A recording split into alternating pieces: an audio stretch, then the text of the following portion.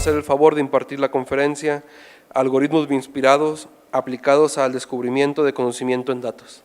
Gracias, doctor.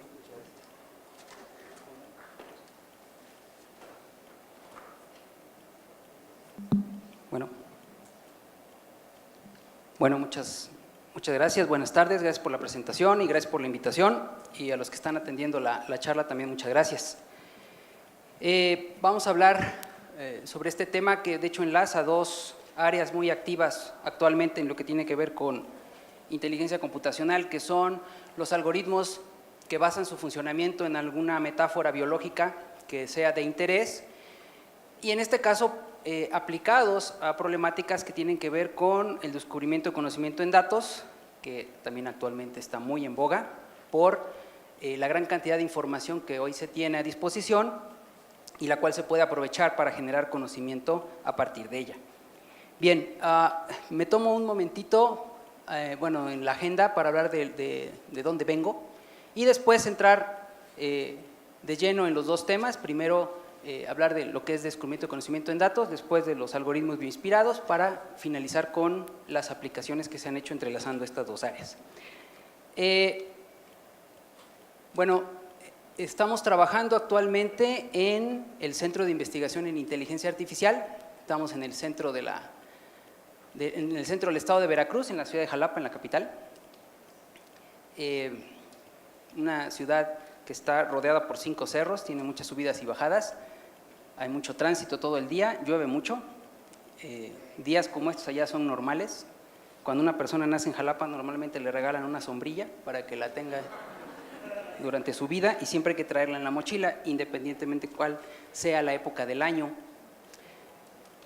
Y bueno, ahí está ubicado el Centro de Investigación en Inteligencia Artificial. Es una casa muy bonita, no muy grande, pero en el centro de la ciudad ahí estamos ubicados. En este caso, el CIA, con doble I, alberga 2 programas de posgrado, la maestría en Inteligencia Artificial, que ya tiene 27 años operando, y el doctorado en Inteligencia Artificial, que es más joven, arrancó en 2012. Ambos programas de posgrado están dentro del padrón de CONACYT, por lo tanto tenemos acceso a becas de posgrado. Para darnos una idea en lo que se trabaja en este Centro de Inteligencia Artificial, menciono brevemente los cuerpos académicos que ahí trabajan. El primero es Investigación y Aplicaciones de la Inteligencia Artificial, ahí es donde yo estoy colaborando. Nos dedicamos precisamente a generar aplicaciones que tengan que ver con técnicas particularmente de aprendizaje computacional, inteligencia computacional, aplicadas a problemáticas de interés. Está el otro gran grupo, que es el de robótica, donde se hace robótica. Robótica es muy grande. Lo que se hace ahí en el CIA en mayor grado es robótica de servicio, interacción humano-robot y robótica evolutiva. Y también se trabaja mucho con cuestiones de visión artificial. Y finalmente, la minería de datos de los sistemas complejos. Son colegas físicos que se han interesado por utilizar técnicas de inteligencia artificial en problemas que ellos tratan, particularmente un área que se llama la econofísica. Entonces, si bien inteligencia artificial es muy grande, el CIA trabaja sobre estas 3 grandes ramas. Bueno, vamos a hablar, introducir lo que es el descubrimiento de conocimiento en datos y por qué es importante actualmente. Los datos, bueno, en mi época no era tan fácil tener acceso a bases de datos. Hoy en día, en mi época de estudiante, hoy en día todos generamos datos y hay grandes volúmenes de información disponibles con los cuales se puede trabajar. Entonces, los datos están a disposición y lo que se hace con ellos pues es hacer algún análisis en particular para generar reportes, gráficas y demás que sirvan, y para eso lo necesitamos, para la toma de decisiones. La toma de decisiones ya las hacen los humanos en función de lo que observen en ese análisis que viene a partir de los datos. Y esto se ha trabajado desde hace mucho tiempo. ¿Dónde está la novedad actualmente? Bueno, actualmente hay un interés por ir automatizando muchas de estas tareas. Entonces, los datos siguen ahí y ahora en grandes volúmenes, eso es algo importante remarcar. Y lo que se quiere ya no nada más es generar reportes, tablas, estadísticas a partir de ellos, que sean analizados por un humano, sino lo que se quiere generar a partir de ellos, y eso es lo interesante, es conocimiento. Y que la toma de decisiones a partir de ese conocimiento generado en los datos también pueda ser automatizado y sea la misma máquina la que empiece a tomar decisiones, siempre asistida por un humano, porque la toma de decisiones no se puede automatizar por completo, ¿de acuerdo? Y hoy, si bien la inteligencia artificial ha tomado un segundo aire, cada vez va quedando más claro que la colaboración humano con sistemas inteligentes es lo que va a dominar en el futuro cercano, ya no lejano. Bien,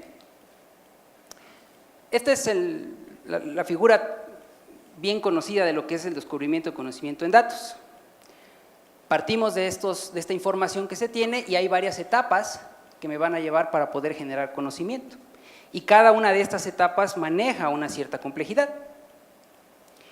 Partimos de un preprocesamiento de los datos, irlos preparando para que puedan ser tratados por algoritmos en la computadora, se preprocesan, se transforman, para después llegar al proceso de minado, para poder ir extrayendo la información relevante para interpretar, evaluar y construir el conocimiento que en su momento se pueda utilizar para la toma de decisiones. Pues es claro ver que hay varias etapas ahí y que para cada una de estas etapas existen muchas técnicas propias del área de aprendizaje computacional que se pueden aplicar en cada una de ellas. Entonces, tengo muchas opciones aquí, tengo muchas opciones acá, tengo muchas opciones acá. Y armar todo este entramado para que el proceso de extraer de la información y generar conocimiento lo consideremos como exitoso, pues depende de las decisiones que se vayan tomando aquí. Y lo que se observa hoy en día es que todo este procesamiento sigue siendo muy ingenieril. Las técnicas que se van escogiendo, pues son muchas veces con base en experiencia, o porque son las más conocidas, o porque a lo mejor las herramientas que utilizamos son las que tienen, y pues esas son las que conocemos y con eso trabajamos. Pero aquí hay un proceso interesante y por eso se va a ligar con los algoritmos inspirados, que son algoritmos de búsqueda, ¿sí? Con procesos de optimización, cómo optimizar todo este proceso y ya no dejar que estas etapas, la manera de escoger las técnicas e incluso de parametrizarlas, muchas técnicas de preprocesamiento, transformación y minado requieren parámetros, que esto se haga con base en experiencia nada más o sin meternos más a detalle en ver qué pasaría si este proceso se mejora. Entonces, dejarle también a la máquina que nos apoye en esta parte. Incluso, ¿por qué no considerar que la máquina realice la selección de todo este proceso? ¿Sí? Que es una idea que introdujo el doctor Hugo Yair Escalante, que nos precedió aquí en las presentaciones. Él propone la idea de, bueno, pues ¿por qué no verlo como un todo y que todo esto lo genere la propia máquina, ya no sea el humano el que va escogiendo cada uno de los métodos? Bien, entonces aquí lo que vamos a encontrar son problemas de búsqueda y los algoritmos bioinspirados son muy buenos algoritmos de búsqueda. Entonces, ¿qué hay con ellos? Bueno, los algoritmos bioinspirados, la computación evolutiva, la inteligencia colectiva, están inmersos dentro de lo que conocemos como inteligencia computacional. Y la inteligencia computacional asume que vamos a utilizar la computadora como la herramienta para poder generar soluciones que resuelvan problemas complejos. Lo interesante de la inteligencia computacional, dada su definición, es que busca mecanismos adaptativos, por eso acá la figura de esta mariposa que se camuflajea, que se adapten y que permitan generar, y aquí nos separamos de la inteligencia artificial dura y altamente cuestionada. No queremos generar inteligencia humana, ni mucho menos, simplemente utilizar este comportamiento inteligente, comportamiento interesante que se encuentre en algún lugar para poder implementarlo en la computadora y que nos permita resolver problemáticas complejas. ¿Complejas por qué? Porque van a ser ambientes complejos, inciertos y cambiantes, ¿sí? O sea, el mundo real, los problemas que nos atañen, ¿sí? Y ya no problemas artificiales o problemas en mundos ideales, que esos tal vez sean de interés, pero en la cuestión de aplicabilidad no lo son tanto, ¿sí? Bien, entonces, esto es inteligencia computacional. Dentro de la inteligencia computacional tenemos varios paradigmas. La charla se está centrando sobre estos dos, pero bueno, vemos que hay otras herramientas que podemos utilizar dentro de la inteligencia computacional y que de hecho también se han utilizado en el descubrimiento de conocimientos de datos. En el día de hoy, pues me centro en estas dos, pero bueno, aquí están también los sistemas inmunes artificiales, los sistemas difusos y las redes neuronales. Bien, ¿qué son los algoritmos evolutivos? Para hablar de estos dos conjuntos los dos elementos de los algoritmos inspirados de los cuales les platico el día de hoy. Los algoritmos evolutivos basan su funcionamiento en la teoría de la evolución natural. De hecho, la metáfora biológica completa se llama neodarwinismo. Esas son las ideas que soportan a los algoritmos evolutivos. Y la intención es utilizar esta teoría de la evolución y ahora utilizarla, pero en la máquina y para evolucionar soluciones a los problemas. Que sea la máquina la que provea de soluciones basadas en un enfoque evolutivo y que ya no sea la expertise humana la que sesgada por la misma expertise provea una solución y dejar que la máquina pueda encontrar soluciones interesantes. Particularmente los algoritmos evolutivos son buenos optimizadores. Entonces, son buenos algoritmos de búsqueda y como lo veíamos anteriormente, en lo que es el descubrimiento de conocimiento de datos se dan procesos de búsqueda para encontrar las mejores condiciones para poder generar conocimiento a partir de los datos. ¿Cómo funciona el algoritmo evolutivo? Bueno, el algoritmo evolutivo es bastante intuitivo. Parte de una colección pequeña de soluciones potenciales al problema que quiero resolver. Y de esas soluciones yo puedo medir la calidad de cada una de ellas para ver cuál es mejor que otra, como puede ser que una especie viva en un cierto ambiente y que las características de cada uno de los individuos, dependiendo de cuáles tienen, los hagan más o menos aptos para sobrevivir en ese ambiente, que se puedan reproducir, que puedan sobrevivir y que sus características se vayan heredando a la descendencia y con el paso de varias generaciones la especie vaya mejorando sus habilidades para poder garantizar su supervivencia en ese ambiente. Igual aquí, nada más que ya no van a ser organismos vivos, son soluciones potenciales al problema que inicialmente pueden ser muy malas. A lo que le apostamos es que el proceso evolutivo nos va a llevar a mejorarlas. Entonces, de ese conjunto de soluciones potenciales muy malas al inicio, se escogen las que son más prometedoras en términos de lo que yo quiera mejorar o optimizar. Y una vez que las separamos, a este conjunto que se les llaman los padres, son los que se les van a aplicar los llamados operadores de variación, que es que vamos a dejar que se reproduzcan, que se combinen para generar descendencia. A partir de ello, de estas soluciones, se aparean, en términos muy lúdicos, y generan descendencia.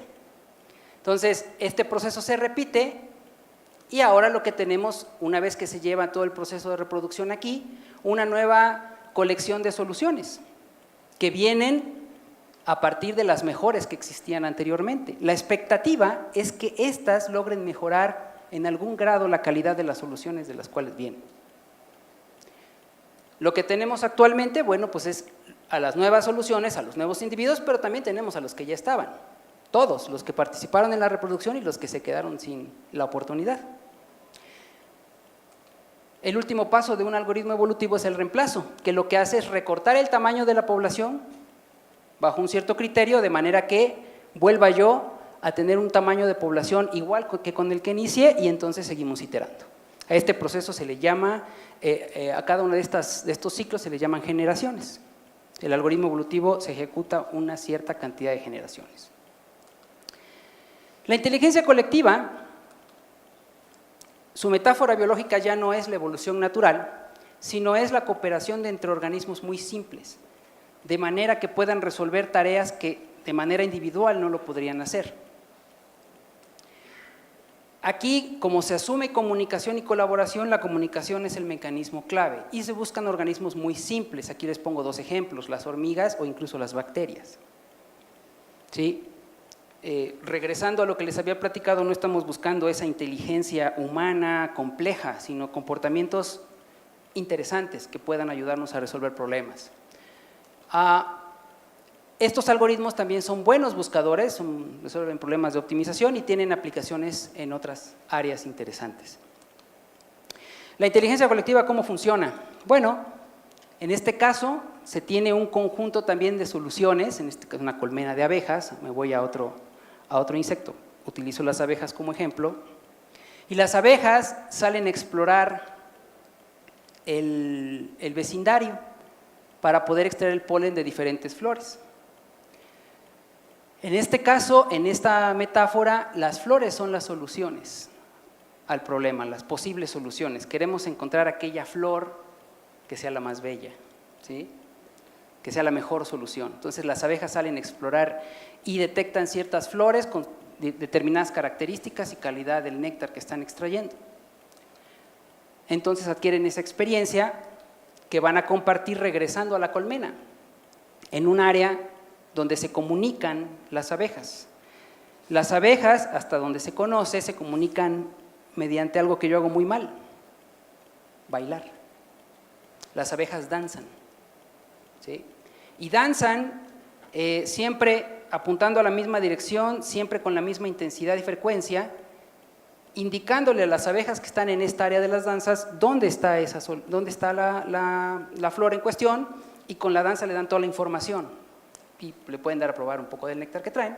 Entonces, las abejas que están en esta área de las danzas, que están en espera para ver quién las convence de ir a buscar el néctar, se lleva un proceso de comunicación y al final emerge un comportamiento interesante donde las abejas van a las flores donde está el mejor néctar, donde hay menos peligro, donde es más fácil obtenerlo dependiendo de la forma de la flor, y con eso optimizan el forrajeo en este caso.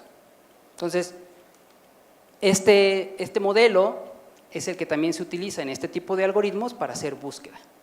¿De acuerdo? Entonces, 2 grandes familias de algoritmos inspirados sólidos, ¿no? La parte de los algoritmos evolutivos y la inteligencia colectiva. Bueno, muy bien. Entonces, hablamos de descubrimiento de conocimiento en datos, hablamos de los algoritmos inspirados. Ahora vamos a conectarlos en algunas aplicaciones que hemos estado trabajando ahí en el CIA y en colaboración con otros colegas. Por ejemplo, en la parte de preprocesamiento, un tema muy interesante es la discretización de los datos. Pasar de datos continuos a datos discretos. ¿Por qué? Porque la máquina suele trabajar mejor con datos discretos que con datos continuos. Entonces el proceso de discretización es muy importante. Eso sí, si quiero pasar de datos continuos, poniendo un ejemplo de números reales, pasar a números enteros, la clave está en no perder información, porque si pierdo información en ese preprocesamiento, el conocimiento que al final se genere tal vez no sea tan bueno, porque ya perdí información en los datos. Necesitamos optimizar ese proceso. Entonces, tenemos datos, miren aquí por ejemplo hay varios datos con números reales y lo que queremos es pasarlos a valores discretos. Y estos son los que ya va a trabajar el algoritmo de aprendizaje, ¿sí? Pero la clave está en no perder información aquí. Entonces, ¿cómo lo hacemos? Bueno, pues generamos una población, y aquí va mapeando con las figuras que teníamos antes, ya no de caballitos, sino de esquemas de discretización. Escogemos a los más prometedores basados en algo que queramos optimizar, y aquí es donde cobra relevancia qué es lo que queremos hacer con ellos. Bueno, puede ser, por ejemplo, el porcentaje de clasificación. Queremos que al final se logre una buena clasificación de los datos. Y entonces, a partir de estos esquemas de discretización que fueron escogidos, se combinan para generar nuevas variantes de esquemas de discretización de datos. Y se generan nuevas con las anteriores y se hace el reemplazo como en el algoritmo evolutivo. ¿Qué es lo que me va a regresar al final? Un muy buen esquema de discretización, ya no basado en la propia experiencia o en una elección que sea difícil de justificar. Ahora viene de un proceso de búsqueda, donde las herramientas de inteligencia computacional empiezan a interaccionar. Otra es la discretización, ya no de bases de datos tradicionales como las que veíamos ahí con la tablita tipo Excel de números reales, sino por ejemplo con datos temporales. Aquí queremos, son bases de datos de series de tiempo y las queremos convertir de continuas a discretas, sin perder información también. Entonces ahora lo que tenemos ya no son datos estáticos, sino son series de tiempo. Y las queremos convertir a series de tiempo donde ya nada más las series son estos pedacitos que ven aquí y que representan el comportamiento de la serie de tiempo, pero sin perder información. Entonces, hacemos lo mismo, generamos diferentes propuestas de esquemas de discretización de series de tiempo y el proceso es similar. Por ejemplo, aquí lo que estamos haciendo es considerar también el porcentaje de clasificación, pero también la compresión, porque pueden ser series de tiempo muy largas y queremos que sean lo más pequeñas posibles para que el procesamiento no se vuelva tan pesado, pero otra vez, sin perder información. Y entonces estamos hablando que queremos optimizar dos cosas, y eso nos introduce al área de la optimización multiobjetivo, ¿sí? Donde estos objetivos suelen estar en conflicto, y la forma de buscar en un espacio multiobjetivo, digamos, modifica la forma de trabajar del algoritmo evolutivo de inteligencia colectiva, pero bueno, es un tema también bastante interesante. Hacemos lo mismo, generamos nuevos esquemas de discretización a partir de los más prometedores basados en estos criterios y al final encontramos un buen esquema de discretización de series de tiempo. Selección de características, también como parte del preprocesamiento. En este caso lo que queremos es simplificar el proceso. ¿Cómo? Bueno, otra vez tenemos diferentes atributos, aquí tengo 4. Hay técnicas para hacer esta selección de atributos, porque lo que queremos es nada más quedarnos con los más relevantes. Y esto otra vez se hace seleccionando técnicas pues, con algo que puede ser difícil de justificar. En este caso, esta selección de características la estamos ocupando para detección de caídas, utilizando cámaras en los hogares de personas de edad avanzada, que viven solas, para poder tener una forma de detectar si la persona ha sufrido alguna caída o está en peligro porque no se ve que se haya caído y no se mueva. Entonces lo que queremos ver es cuáles de estos puntos que se escogen utilizando el Kinect son los más importantes para poder detectar caídas. Aquí es la aplicación que tenemos. Rápidamente nada más me regreso tantito. Olvidé mencionar que en el caso de las series de tiempo, estas series de tiempo con las que estamos trabajando tienen que ver con detección oportuna de cáncer de cervix. Para la selección de caídas, entonces, generamos diferentes opciones, ¿sí?, de conjuntos de atributos, en este caso conjuntos de puntos, de lo que se extrae a partir del sensor de la forma humana, y el procedimiento es similar, ¿sí? Generamos nuevas opciones a partir de las ya existentes y al final obtenemos el conjunto de puntos que nos lleve a un mejor porcentaje de clasificación de que efectivamente la persona se ha caído y no simplemente se agachó porque estaba tendiendo la cama y estaba metiendo muy bien la sábana y no realmente se había caído, y no detectar esos eventos como posibles caídas. Optimización de redes bayesianas. En este caso estamos haciendo la optimización de una herramienta que nos permite modelar fenómenos de acuerdo a sus variables. Entonces, aquí la intención es que si bien las redes bayesianas se pueden generar a mano, con herramientas propias para ello, también se pueden generar de manera automática. Pero lo que nosotros queremos hacer es generar redes bayesianas optimizadas. Y para ello, este es un ejemplo de una red bayesiana donde interaccionan las diferentes variables de acuerdo a probabilidades. Queremos optimizar este proceso. ¿Y cómo le hacemos? Bueno, utilizamos alguna medida de calidad, en este caso una medida propia de las redes bayesianas que se llama MDL, ese es nuestro criterio. Y aquí lo estamos haciendo con inteligencia colectiva. Generamos diferentes opciones de redes bayesianas, se calcula su MDL y mediante un esquema de comunicación y cooperación como el de las abejas, se generan nuevas redes bayesianas hasta que después de una serie de iteraciones obtenemos una red bayesiana que, de acuerdo a la medida que estamos tratando de optimizar, es mucho mejor que la que se obtenía en un inicio con otras técnicas para generar este tipo de redes. esta aplicación la estamos realizando, tiene que ver con cuestiones de la conservación del ambiente. Por ejemplo, cómo modelar el fenómeno cuando quieren pasar una carretera por un área verde y ver qué efectos va a tener en la flora y en la fauna. Entonces se puede modelar el fenómeno para ver lo que implicaría que el paso de esa carretera, qué especies podría afectar. Y este tipo de ejemplos son muy bonitos porque podemos ver cómo nuestra investigación puede impactar en problemas que son de alto interés. Más ahora con tantas reformas que se han hecho y con las facilidades que se le están dando a las empresas, por ejemplo, para pasar gasoductos o para hacer fracking o para poder hacer muchas alteraciones. Yo creo que este tipo de técnicas que representen los posibles impactos pueden ser de mucho interés. Bien, el problema ahí con las redes bayesianas es que ya son muchas variables y ya no son chiquitas como las que les mostré. Entonces tenemos cosas de este tipo, por eso la optimización se hace más relevante. En este caso lo estamos haciendo con un algoritmo de inteligencia colectiva que está basado en las coreografías que siguen ciertas parvadas de aves al buscar refugio o alimento. Entonces, a ver si jala. Algo de lo que va haciendo… así, aceptar. Ajá.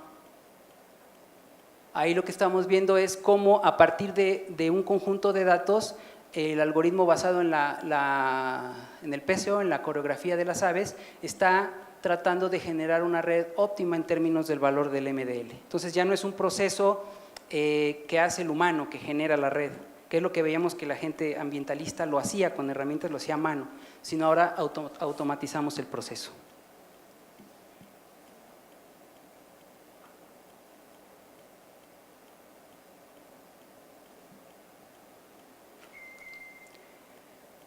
Y finalmente, la idea que estamos trabajando con el doctor Hugo Yair es la selección de modelo, donde aquí lo que queremos hacer es optimizar todo el proceso. Entonces, es escoger todas las diferentes opciones y diferentes algoritmos y sus diferentes parámetros, que el algoritmo se encargue de escoger todo, para tratar de optimizar todo el proceso de descubrimiento y conocimiento en datos, todo este proceso, para tenerlo de manera optimizada. Entonces, generamos modelos completos de todo el descubrimiento y conocimiento en datos y partimos de la misma idea. En este caso, por ejemplo, el porcentaje de clasificación o incluso la complejidad del modelo. Pero el procedimiento es el mismo. Y a propósito he puesto en todos los problemas esta misma imagen con las diferentes instancias de los problemas. Esto tiene una intención. Esa es la bondad de este tipo de algoritmos evolutivos y de inteligencia colectiva. Es el mismo modelo. Y eso permite que podamos resolver una diferente gama de problemas sin variar tantas cosas, ¿sí? Y eso siempre será atractivo porque lo hace más fácil de aplicar. Y yo creo que esa es una de las razones del éxito de este tipo de algoritmos. Y bueno, nada más, en el caso, por ejemplo, de este problema, ya para terminar, el porcentaje de clasificación y la complejidad del modelo. Cuando queremos optimizar dos objetivos al mismo tiempo, nos lleva a unas gráficas de este tipo, donde voy a llegar a diferentes soluciones óptimas y viene un proceso interesante para ver, cada uno de estos circulitos es alguna de esas soluciones óptimas en términos de los dos objetivos que queremos optimizar y el proceso de elegir cuál es un proceso también muy interesante porque ahí también puede entrar la expertise humana y decir, mira, yo prefiero esta porque de acuerdo a este objetivo es mejor que la otra. Y entonces, otra vez, se da esta interacción entre el humano y el sistema inteligente para resolver la problemática compleja. ¿Sí? Se les llama soluciones compromiso. Bien, yo tengo la oportunidad de estar aquí con ustedes, pero esto es un gran grupo de trabajo y ahí están las personas que realmente se merecen el aplauso de ustedes. Muchas gracias.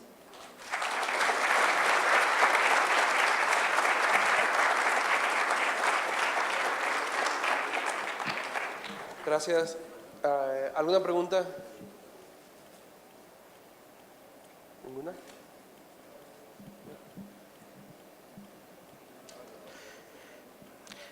Buenas tardes, Efren. Gracias por tu plática. Con este tipo de algoritmos de búsqueda colectiva, de mejoramiento de búsqueda colectiva, en aplicaciones físicas como lo que yo hago, ¿en qué se podría interactuar? ¿Qué mejoras tendría con respecto a otros tipos de algoritmos? por ejemplo, el que mi estudiante utilizó, que fue el Harmony Search, utilizar en lugar de ese el de abejas o quizás el de las parvadas. Yo sé que depende de muchos factores, ¿no? Pero quizás ahí se podría hacer alguna interacción para poder sacar unos mejores resultados en lo que tenemos y empezar a hacer alguna colaboración, ¿no? Sí, de hecho, de lo que presentabas me llamó la atención. Depende del problema, pero sí tenemos ahí una gama de algoritmos metaheurísticos el cual puede ser más adecuado. Harmony Search es un algoritmo muy bonito porque tiene una inspiración musical, ¿no? Pero hay otros algoritmos que suelen tener mucho mejor desempeño y son más fáciles de calibrar. Entonces, claro, creo que ahí podemos encontrar un nicho interesante de aplicación, porque el área, hay que mencionarlo, es un poquito inmadura en términos de que todavía en la literatura no te sugiere exactamente qué algoritmo utilizar dependiendo del problema. Y eso es algo de lo que pecamos en el área todavía, pero estamos trabajando en ello. Pero de acuerdo ya a la problemática, si el problema es combinatorio, si es numérico, y las características de lo que se quiere hacer, ya se pueden sugerir ciertas opciones. Y claro, creo que ahí se puede enriquecer el trabajo, ¿no? Esta área tiene un efecto transversal en muchísimas áreas, hay aplicaciones en muchos dominios y esa es una de las ventajas. Y bueno, pues la óptica puede ser uno más, claro que sí. Gracias. ¿Alguna otra pregunta? Bueno, de nueva cuenta agradecemos al profesor por la charla.